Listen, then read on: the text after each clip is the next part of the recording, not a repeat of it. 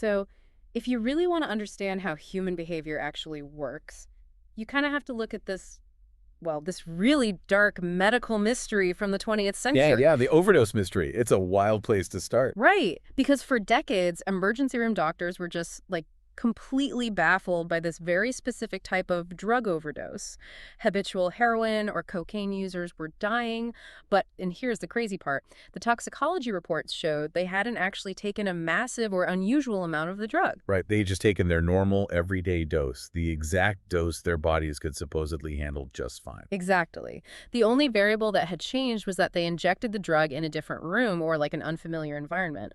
Because of a simple change in scenery, a routine dose suddenly became fatal. So, welcome to this deep dive. Today, our mission is to decode the hidden mechanics of how we learn, how our experiences literally rewire our biology, and how you can hack the system to optimize your own brain.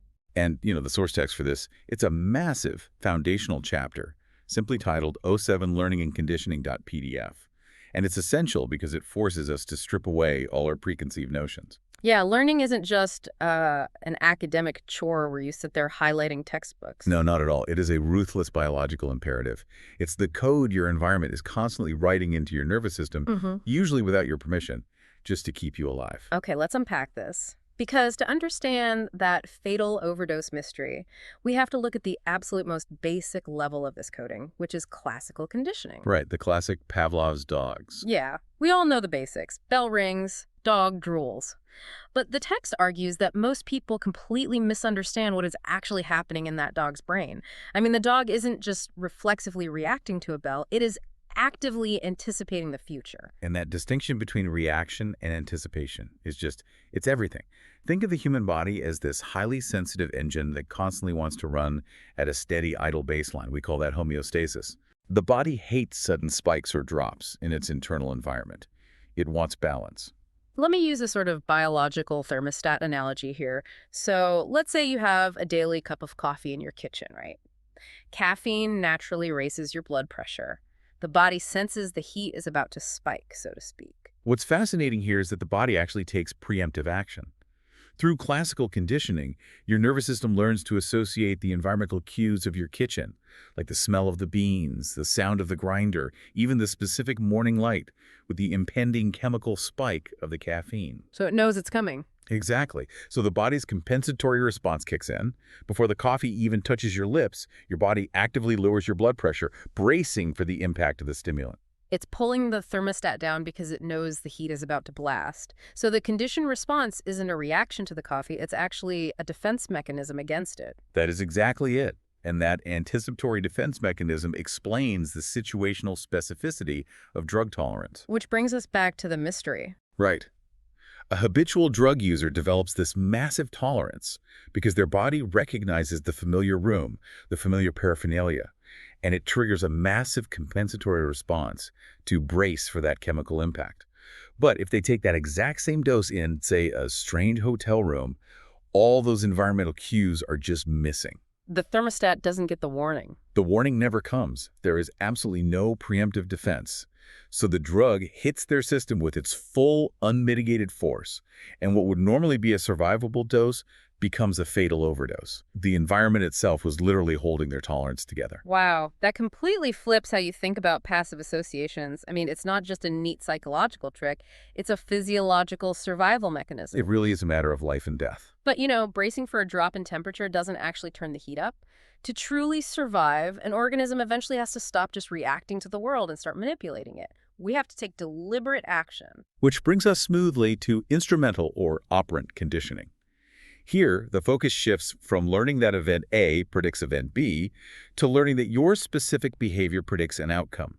The organism begins actively operating on its environment. Right, and Edward Thorndike demonstrated this beautifully with his puzzle boxes, over a century ago? Yeah, late 1800s. He locked these hungry cats in boxes that could only be opened by hitting a very specific latch. And they didn't just sit there doing complex geometry to figure out the latch. Yeah, they just flailed around. Exactly. They pawed, they paced, they bit the bars until, purely by accident, they hit the lever and got the fish outside. But the magic happened on the subsequent attempts. The useless behaviors just sort of fell away, and eventually they would just immediately hit the latch.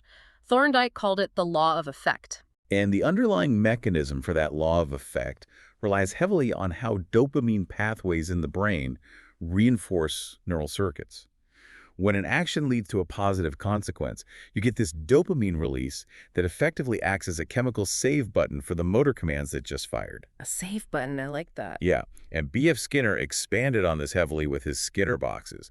He created a highly controlled environment to map out exactly how consequences shape behavior. You have reinforcement, which increases the behavior, and punishment, which decreases it. And the text highlights this concept of shaping, right? Where you can train really complex behaviors by rewarding successive approximations. My favorite example from the reading is definitely Priscilla, the fastidious pig. Oh, Priscilla's a classic. Researchers actually trained a pig to turn on a TV, eat breakfast at a table, pick up dirty clothes, and run a vacuum cleaner. I mean, they just rewarded her for looking at the vacuum, then for walking toward it, then touching it, just step by careful step. It really is a stunning demonstration of how malleable behavior becomes when you strictly control the environmental consequences. But okay, here's where it gets really interesting. I want to push back a little on this idea that behavior is solely driven by clear, consistent consequences. Okay, go for it. Well, I've always assumed that things like, checking our phones endlessly or pulling a slot machine lever hook us because the potential reward is just so massive. The brain fixates on the jackpot or the huge dopamine hit of a viral post, and that's why we can't stop, even when we aren't rewarded every single time. Yeah, it's a very common assumption for sure. Mhm. But Skinner's research on schedules of reinforcement proves it is actually the exact opposite. Really? Yeah, it isn't the size of the reward that generates that incredibly sticky behavior. It is the sheer unpredictability of it. Wait, so the uncertainty is the hook? Absolutely. This is known as the partial reinforcement effect. Look, if a rat gets a food pellet every single time it presses a lever, and then you suddenly cut off the food entirely, the rat gives up almost immediately. The rules have clearly changed. Makes sense. But if you put the rat on a variable ratio schedule, meaning you reward it after a random unpredictable number of presses, the behavior becomes incredibly resistant to extinction. Because the brain essentially says, well, the last 20 times didn't work, but the next one might. Exactly. The dopamine system goes into absolute overdrive when it is trying to solve a pattern that actually has no solution. The organism responds at remarkably high, steady rates because there is simply no way to predict the reinforcement. Wow. Social media algorithms, slot machines, even unpredictable emotional dynamics in relationships, they all hijack this exact variable ratio circuitry. So we have classical conditioning wiring our physiology and instrumental unpredictability basically turning us into behavioral addicts. It makes it sound like with enough rewards and punishments, we're just completely blank slates. Like you could teach anyone anything. And that was the early behaviorist dream. But that blank slate idea completely ignores millions of years of evolutionary pressure. Evolution actually prepares organisms to associate certain stimuli very easily and makes other associations virtually impossible. The biological firewalls. Yeah, the Garcia experiments on learned taste aversion completely broke the established rules for me. I mean, we've all had food poisoning, right? Unfortunately, yes. You eat something, you get violently ill 6 hours later, and you can never look at that food again. But that violates the core rule of classical conditioning, which says the stimuli have to occur very close together in time. Right. The temporal contiguity rule falls apart entirely here. John Garcia proved this by giving rats sweet water while simultaneously flashing light and making a clicking sound. Then he induced mild nausea in the rats. And later, when he tested them, They completely avoided the sweet water. Hmm. They established a powerful, immediate association between the taste and the sickness.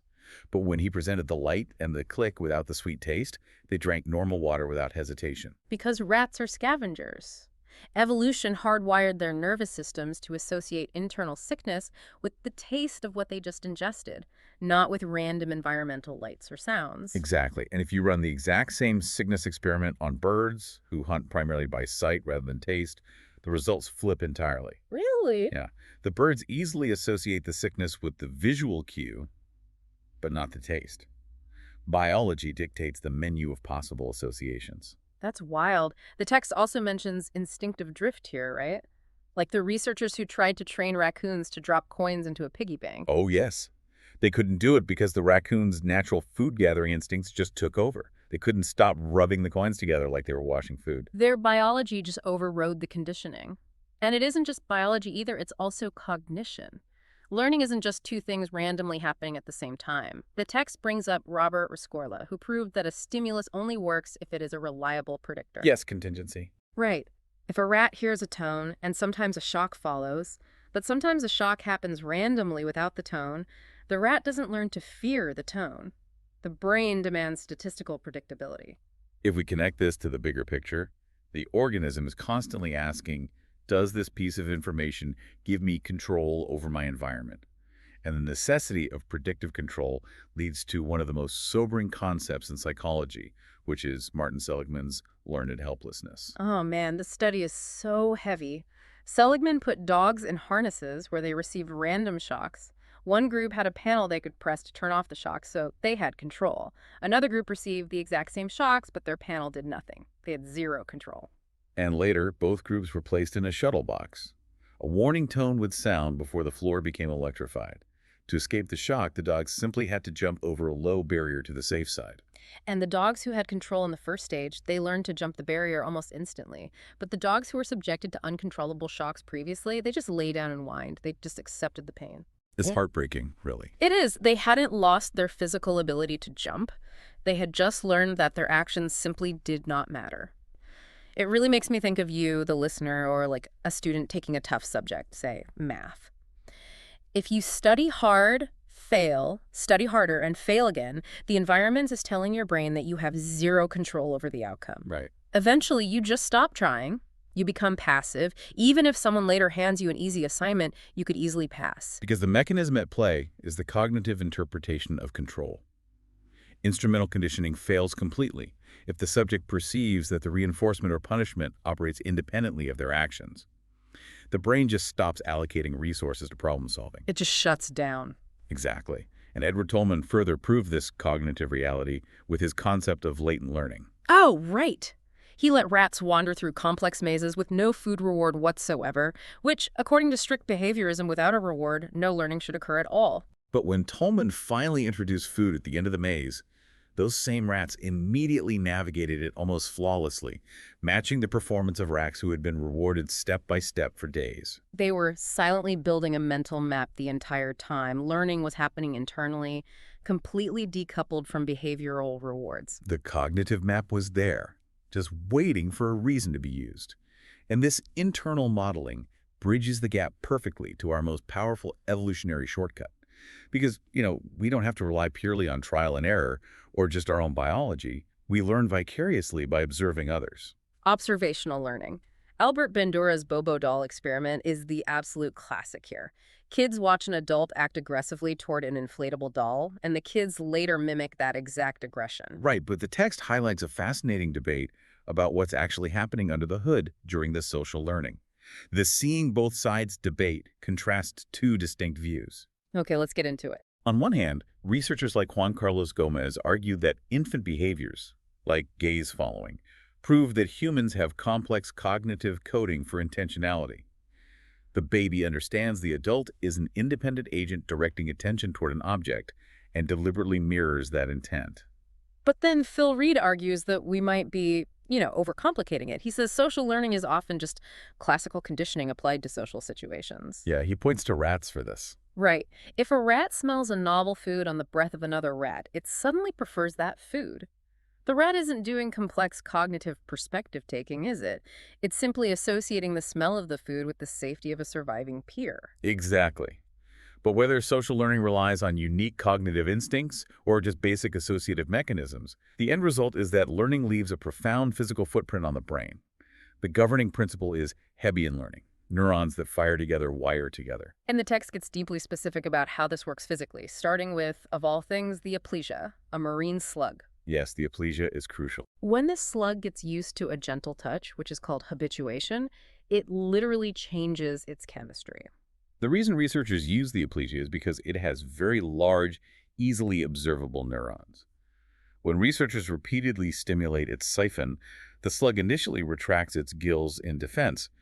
But over time, as it learns the touch is harmless, the sensory neurons physically reduce the amount of neurotransmitter they release into the synapse. So it's not just getting used to it psychologically. No, it is synaptic depression. The learning isn't just an abstract concept, it is a measurable depletion of chemicals. And in humans, this physical plasticity scales up to entire brain regions. The MRI study on London taxi drivers in the text is just mind-blowing. To get their license, they have to memorize the knowledge, which is the layout of like 25,000 streets. A staggering amount of spatial data. Yeah. And the scans showed that acquiring this intense spatial memory physically enlarged the posterior part of their hippocampi compared to control subjects. The brain tissue literally bulked up in response to the environmental demand. It did. But the nervous system is a zero-sum game when it comes to physical real estate. The researchers noted a distinct cognitive trade-off. This is exactly what I wanted to ask about. So, does becoming a massive expert in one specific area literally crowd out our brain's physical capacity to learn other things? In a way, yes. While the taxi driver's posterior hippocampi grew, their anterior hippocampi actually shrank. Consequently, they performed worse than bus drivers at acquiring new, unrelated visuospatial information. Wow, so the neural real estate really is finite. It is. The brain is highly modular, and different types of learning require highly specialized cellular mechanisms.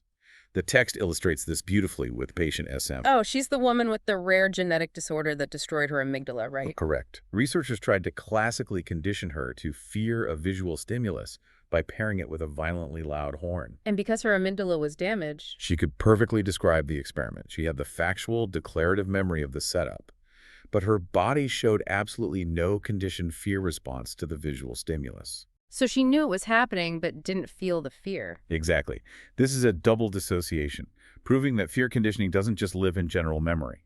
It relies on an entirely separate, specialized circuit in the amygdala. The text mentions that this specific fear circuit relies on long-term potentiation, or LTP, via NMDA receptors. And from my understanding of the reading, an NMDA receptor is basically like, well, it's like a dual-key launch system for a nuclear missile in a submarine movie. Huh. That is actually a highly accurate way to visualize it. For an NMDA receptor to open and allow calcium into the neuron, which, by the way, is the biological signal that cements a long-term memory, it requires two things to happen simultaneously. The two keys. Right. The presynaptic neuron must release glutamate, and the postsynaptic neuron must already be depolarized by a strong stimulus. The two keys have to be turned at the exact same time. The visual stimulus is one key, the loud horn is the other, and when they fire together, the NMDA receptor unlocks, physically cementing the trauma into the amygdala's architecture. The cellular mechanism essentially ensures that we only wire together events that genuinely co-occur and carry heavy biological significance. Okay, so we've decoded the mechanics. We know how the environment cues our bodies, how unpredictability hooks us, and how our brains physically rewire their real estate. If you are listening to this right now, how do you actually use this blueprint to hack your own motivation? Well, the biological baseline for motivation is Hebb's arousal theory, derived from the Yerkes-Dodson law. It dictates that optimal performance for complex tasks requires an intermediate level of arousal. So not too bored, but not too stressed. Exactly. If you are under-aroused, you lack focus. If you are over-aroused, anxiety fractures your attention. You have to find that Goldilocks zone. But beyond just baseline arousal, the text explores intrinsic versus extrinsic motivation. This raises an important question. Why are you, the listener, consuming this deep dive today? If you are engaging with this material out of genuine curiosity because you find the mechanics of the brain inherently fascinating, well, that is intrinsic motivation. And that's the good kind. It is. Research consistently shows that intrinsically motivated learning leads to deeper retention, more creative problem solving, and significantly higher persistence when the material becomes difficult. But what if you are listening purely because you have a psychology midterm tomorrow? Or, I don't know, you need to pass a professional certification? That's extrinsic motivation. And the text issues a massive warning here about the over-justification effect. Right. Lepper and Green conducted a really famous study on this. They found children who naturally loved solving puzzles. The intrinsic motivation was high. Then the researchers started paying the children external rewards for completing the puzzles. And their intrinsic drive just completely collapsed. When the researchers stopped paying them, the kids refused to do the puzzles anymore. Play had been completely transformed into work. The introduction of the external reward became the dominant justification for the behavior. It overwrote their internal sense of self-determination.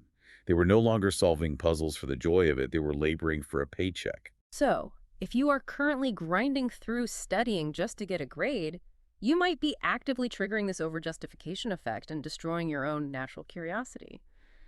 But the text does offer a powerful cognitive hack here, which is cognitive reframing.